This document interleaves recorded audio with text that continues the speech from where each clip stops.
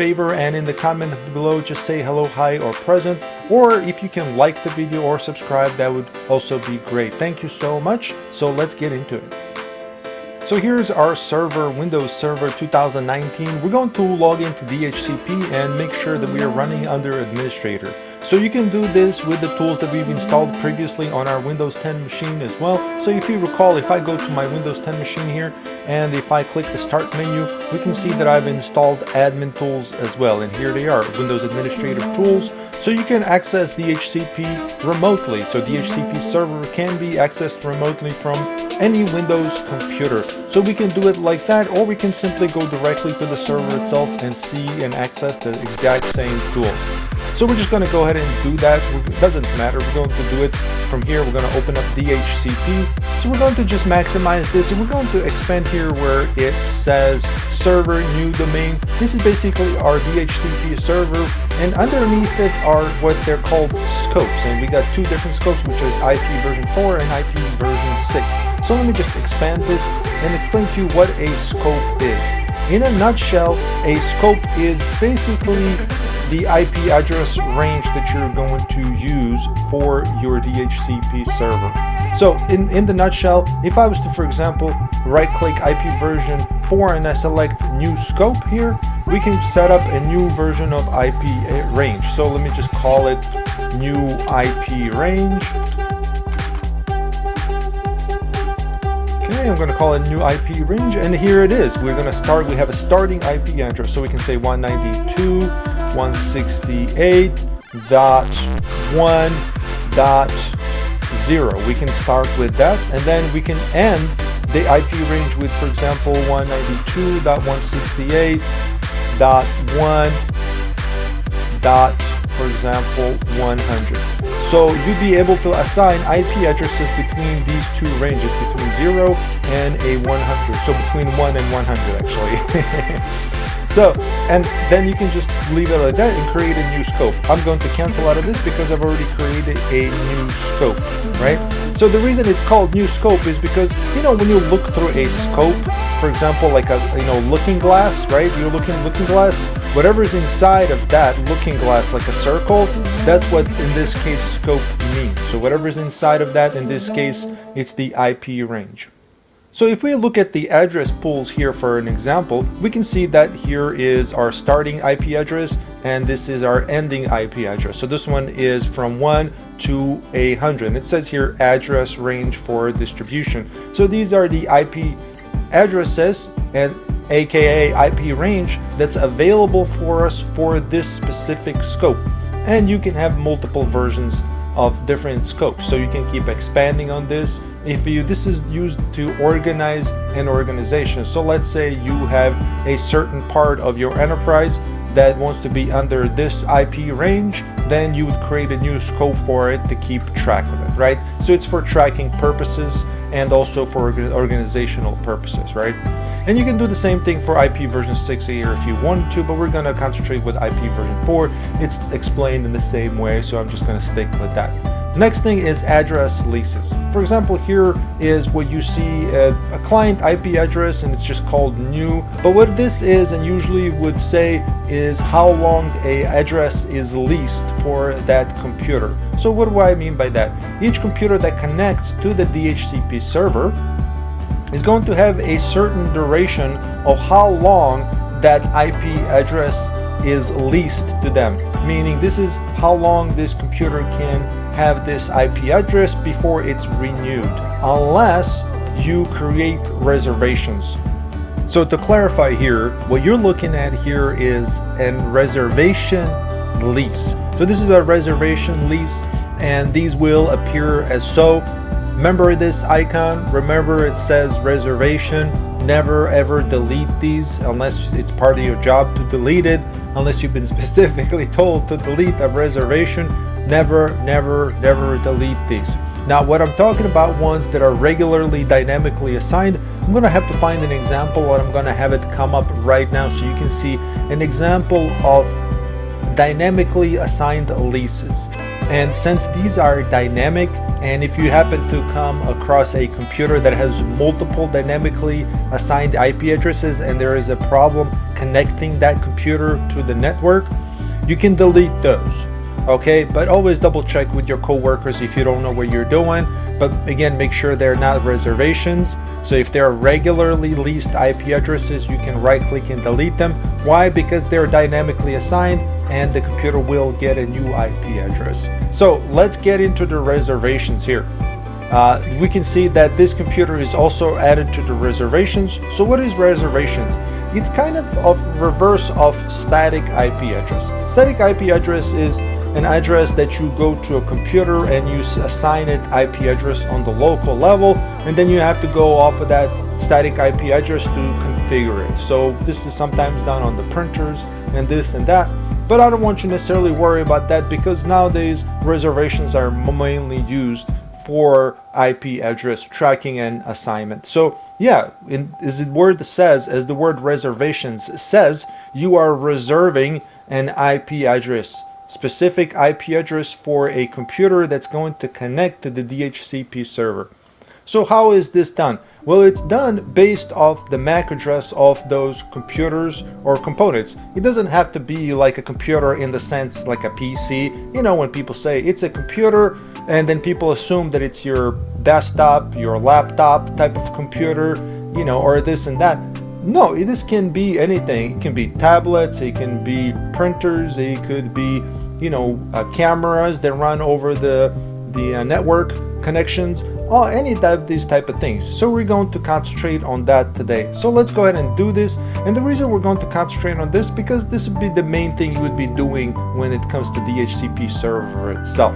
So let's look up some MAC addresses. So if you don't know what the MAC address is, for people who are new to computers, MAC address is a physical address, meaning there's a physical number for your computer that is unique in the entire world, that identifies your computer for the sake of connecting. All right, so let's just do ipconfig/all here, so I can show you an example of that. This is the MAC address. It's also known as a physical address. In this computer, on this computer, the network adapter here, where it says Intel R Pro 1000 desktop adapter, here is its MAC address. So what we're going to do is we're going to identify any other computers, components, or anything that has a MAC address. So we're going to tell the DHCP server to assign it a specific IP address. So in this example, if I was to add this to the DHCP server, as soon as this computer would connect and the DHCP server would see this MAC address, it says, oh yeah, so this is the computer with that MAC address. Well, okay, I'm going to assign it a specific IP address so it can have that specific IP address. We're going to reserve an IP address based off the physical address of that computer.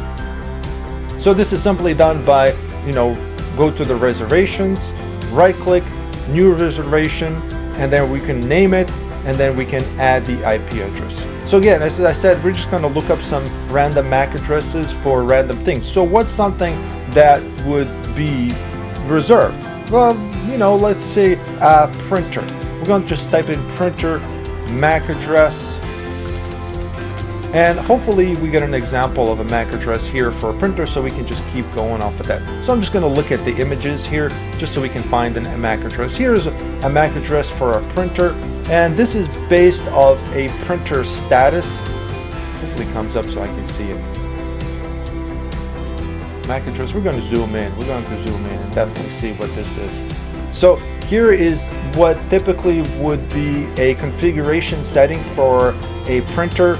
So like a printer sheet that you would print out. You go to a computer and you say, print out the configuration so I can see what the MAC address here is. It's a little bit blurry, but that's okay, we can figure out. This one here, it says 2C9E FC1E7D84. So we're going to use that. We're going to pretend like we're adding this printer as well. So we're going to go back to our DHCP manager. Let me do some organization here so we can see it a little bit easier. All right. So again, we're going to right-click reservations, new reservation, and we're going to call it printer. We're going to keep it simple. We're going to call it printer. And again, remember, in this scope, we have a range between 1 and 200. So we have to make sure we pick an IP address that's not being used. We can see there our current reservation for the example one that I've entered in here, and look, it says it's 15. So we cannot use that one. We cannot use 100.15. We're going to have to use some other IP address. So we're going to just say .20, right? Just to, you know, it could be anything. It could be 16 or whatever it is that you want, right? So, and then here it is where we type in our MAC address. So we're going to type it in, and we're going to use an example one that we have here, which I'm going to keep it next to it. So it is 2C, 9E, FC, 1E, 7D, 84. So we're going to type it. We're going to type it in. We're just going to type it in as it is. No spaces, no dashes, none of that stuff. We're just going to straight through type it in. So it's 2C, 9E, FC, 1E, 7D, 84. Okay? And then we're going to type in a description. We're going to say printer IP address. Okay, and I'm just going to click add. We don't have to change anything here. We're just going to, where it says supported types, just leave it at both, and we're going to click add. Okay, and now it's added here, so we can close this. So let me just go back to maximize the window so we can see what happened here. And here is our printer that we've added under reservations. So if you just select reservations folder, you can see all the things that are reserved. And here it is. Here is our printer, and it has a reserved an IP address of 192.168.100.20. So as soon as this printer connects to our network, it's going to get that IP address. It's going to get that IP address, and it's going to keep getting that IP address. So we know that DHCP stands for a Dynamic Host Configuration Protocol, and normally when computers are connected to the DHCP server, then they would get dynamically, just randomly assigned IP addresses. We don't want that. We don't want that for printers, obviously. So we're going to tell it, as soon as that printer with that MAC address connects, make sure it gets this specific reserved IP address. And you know, we can go to properties and we can see the same thing here.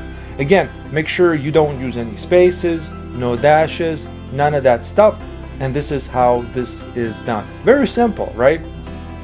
All right, so if we go to address leases, you can see that our printer also shows up. However, it's not connected 100, but I've created kind of my own organizational range for this printer here. So for example, let's say I was to have 20 more printers, or I'm sorry, 10 more printers added to here. I can just continue with, you know, 198, 168.100.21 and keep it between 21 and 29, right? So, you know, let's say I go in here and I do new reservation, and I'm going to say